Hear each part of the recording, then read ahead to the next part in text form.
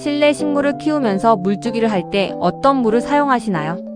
생수와 정수기를 통해 정수된 물을 사용했을 때 실내에서 키우는 식물이 어떤 영향을 받을 수 있는지에 대해 정리를 해보겠습니다. 첫 번째로 생수를 실내 식물, 즉 화분에서 자라고 있는 식물에 주었을 때입니다. 생수는 자연 조건에서 채취한 물을 살균 처리하여 판매하는 물인데요. 이런 생수의 장점은 염소 성분이 없다는 것입니다. 수돗물과 달리 소독을 위한 염소 성분이 포함되어 있지 않기 때문에 물을 미리 받아두었다가 염소를 날려버릴 필요 없이 바로 사용이 가능합니다. 그리고 생수에는 칼슘, 마그네슘, 칼륨 등 식물 성장에 필요한 미네랄이 포함되어 있습니다. 하지만 일부 생수는 미네랄 함량이 너무 높아 화분처럼 제한된 공간에 장기간 사용할 경우 토양 내에 염류가 쌓이는 염류집적 현상을 유발하여 식물의 뿌리에 스트레스를 줄 수 있습니다. 그리고 생수의 pH는 제품마다 다른데 일부는 식물이 양분을 흡수하기에 부적합할 수 있다는 것도 주의해야 합니다.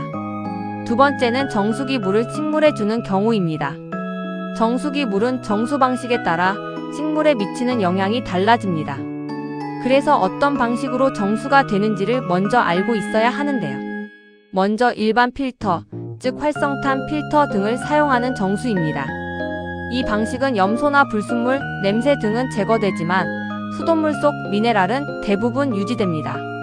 이 경우 미리 받아둔 수돗물과 비슷하며 염소가 즉시 제거되어 편리하게 사용할 수 있습니다.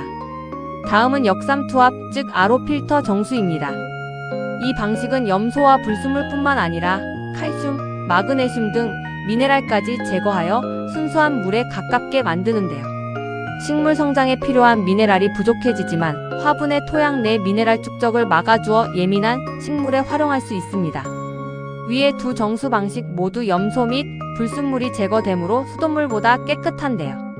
반면 역삼투압 방식은 필수 미네랄이 부족해질 수 있기 때문에 지속적으로 활용한다면 별도의 비료 공급이 중요해집니다.